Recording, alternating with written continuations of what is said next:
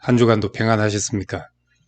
오늘은 잃었다가 찾았으니 기쁘지 아니한가 라는 제목으로 예수님이 말씀하신 유명한 탕자의 비유를 말씀드리려 합니다. 이 비유는 누가복음에만 나오는 비유로 인간에 대한 하나님의 마음을 잘 나타내주는 말씀입니다. 누가복음 15장에 예수께서 세리와 죄인들과 함께 있는 것을 본 바리새인과 서기관들이 예수님을 비난했습니다. 그때 말씀하신 비유가 잃은 양을 찾은 목자의 비유와 잃은 은화를 찾은 여인의 비유, 그리고 잃은 아들을 되찾은 아버지의 비유가 차례로 나옵니다. 용서는 사랑의 또 다른 이름입니다. 헨리 나우엔의 말입니다.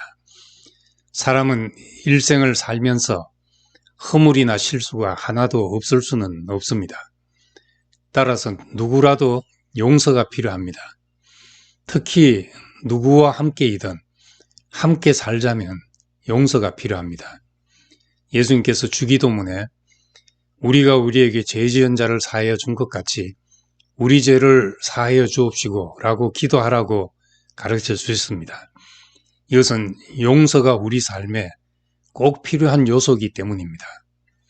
예수님이 말씀한 탕자의 비유는 둘째 아들이 아버지의 재산을 챙겨 아버지 집을 떠나는 장면으로 시작합니다.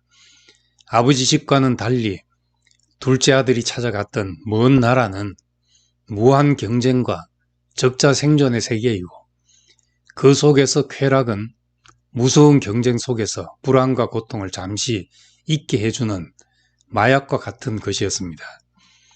둘째 아들은 거기서 방탕하게 살면서 재산을 낭비하였다라고 되어 있습니다. 그 지방에 흉년이 들어서 먹을 것이 없어서 돼지가 먹는 쥐엄나무 열매로 배를 채워야 하는 상황에서 방탕했던 아들은 아버지 집으로 돌아가 품꾼의 하나로 써달라고 해야 되겠다고 결심했습니다.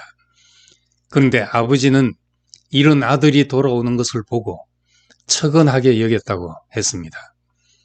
불쌍히 여긴다는 것은 아버지의 유산을 가지고 떠났다든지 나가서 방탕한 생활을 했든지 하는 아들의 잘못된 행위에 대한 괘씸함이나 분노가 마음에 없기 때문입니다. 잘못한 것조차 불쌍하게 생각하는 것이 아버지의 마음입니다.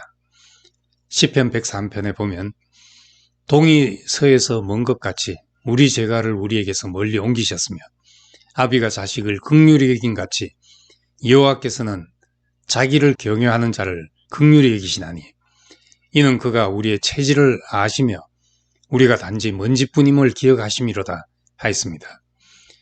사람은 자기 한 일을 기억하기 때문에 자책하지만 아버지는 아들을 생명으로 기억하기 때문에 긍휼이 흐릅니다. 그 사람이 생명이 그러해서 어쩔 수 없이 그랬다고 이해하면 어떤 사람이라도 불쌍히 여겨집니다. 그런데 그 사람의 처지는 생각하지 않고 내 입장에서 판단하면 정죄밖에 나오지 않습니다.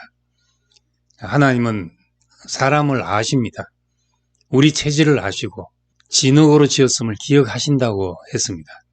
그래서 하나님은 본성적으로 사람에 대한 긍휼함이 있습니다. 아버지는 돌아온 아들에게 가장 좋은 옷을 입히고 가락지를 끼우고 신을 신게 했습니다. 새 옷을 입히는 것은 당신의 의로 아들을 덮는 일이고 손에 반지를 끼우는 것은 아버지와 하나 되는 약속이자 상속자로서 아들의 지위를 회복시킨 것을 말합니다. 헌신을 벗기고 새신을 시킨 것은 탕자가 걸어온 역사와 과거의 습관을 다 지우고 새로운 길을 시작하는 것을 말합니다. 아버지는 이런 상징적인 행동으로 둘째 아들에게 새로운 정체성을 부여했습니다. 아버지는 돌아온 아들에게 달려가 목을 안고 입을 맞추었습니다.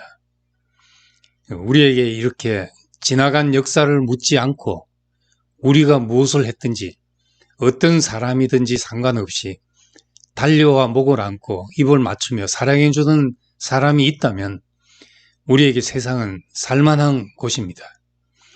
그런데 큰아들의 마음은 아버지와 달랐습니다. 큰아들은 아버지의 기쁨에 동참할 수 없었습니다.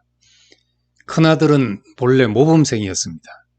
아버지가 자랑할 만한 아들이었을 것이고 동네 사람들이 존경하는 인물이었을 것입니다. 나는 열해 동안 아버지를 섬기고 명령을 어긴 적이 없었습니다.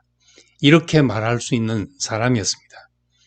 그러나 돌아온 동생을 기뻐하는 아버지를 보고 함께 기뻐할 수 없는 사람이라는 것이 드러났습니다. 큰아들은 아버지의 기쁨에 왜 동참하지 못했을까요? 스스로 도덕적으로나 영적으로 우월하다고 생각했던 큰아들에게는 자기가 올바르게 살았던 것이 동생을 정죄하고 미워하는 도구가 되었을 뿐입니다. 아버지를 섬기고 순종했던 모든 수고도 자기 자랑이며 이기심이었다는 것이 드러나게 되었습니다. 의로움이든 올바름이든 자기에게서 난 것은 사람을 살리는 것이 되지 못하고 판단하고 정죄하고 미워하는 도구가 된다는 것을 이런 상황에서 보게 됩니다. 큰아들은 구약 성경의 가인과도 같았습니다. 동생을 받는 하나님에게 그리고 동생에게 화가 난 것입니다. 누가복음의 탕자의 비유는 큰아들에 대한 경고입니다. 큰아들은 세리와 죄인들의 친구가 된 예수를 못마땅한 눈으로 바라보는 바리새인과 서기관들이었습니다. 자신이 의롭다고 확신해 남을 판단하고 멸시하는 대표적인 사람들이었습니다. 자기가 쌓아놓은 의로운 행위 때문에 다른 사람의 기쁨에 동참할 수 없는 사람들이었습니다. 이런 아들을 찾은 아버지의 기쁨에 오히려 화가 나는 것이 오늘 우리 모습일 수도 있습니다. 잘 살고 올바르게 행했는데 그것이 왜 나같지 않은 사람에 대한 미움이 되는지, 아버지의 용서가 왜 기쁘지 않고 화가 나는지 우리 삶을 깊이 들여다 보면 쉽게 찾을 수 있는 일입니다.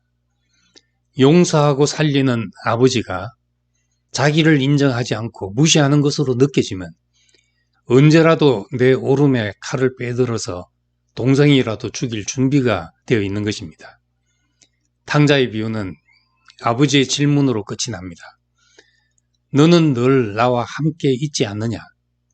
또 내가 가진 모든 것은 다 네 것이 아니냐? 너희 야오는 죽었다가 살아났고 내가 잃었다가 되찾았으니 즐거워하고 기뻐하는 것이 마땅하지 않겠느냐? 큰아들은 지금 자신이 누리는 행복에 감사하지 못했습니다. 아버지와 함께 있고 아버지의 것이 다 내 것인 축복이 복으로 여기지지 않았던 것입니다. 근데 바로 이 축복이 예수 그리스도가 누리는 복이었습니다. 요한복음 17장에서 나의 것은 모두 아버지의 것이고 아버지의 것은 모두 나의 것입니다 라고 말씀했습니다. 그런데 내 것이 따로 있는 줄로 생각하면 감사하지 못하고 불행해집니다. 우리는 이미 주신 것을 발견하여 기쁨을 누리고 하나님은 잃었던 아들을 찾아서 기쁨을 누리십니다. 예수님이 말씀하신 아버지 품은 우리의 행위나 자격과는 상관없이 누구나 용납하고 받아들이는 마음입니다. 내가 용납되고 받아들여지는 곳이 내가 살 곳입니다. 내가 어떤 사람이었든지 상관없이 용납되고 받아들여질 곳은 바로 이 아버지의 품밖에 없습니다. 그래서 예수님은 내 아버지 집에 거할 곳이 많다 하시고 우리를 거기로 인도하시겠다고 약속하셨습니다. 우리가 잘나서가 아니라 우리를 용납하는 사람이 있고 우리를 받아주는 교회가 있어서 감사할 따름입니다. 우리를 이렇게 감사의 세계로 아버지의 용서와 사랑을 기뻐할 수 있는 사람으로 부르신 것을 감사드립니다.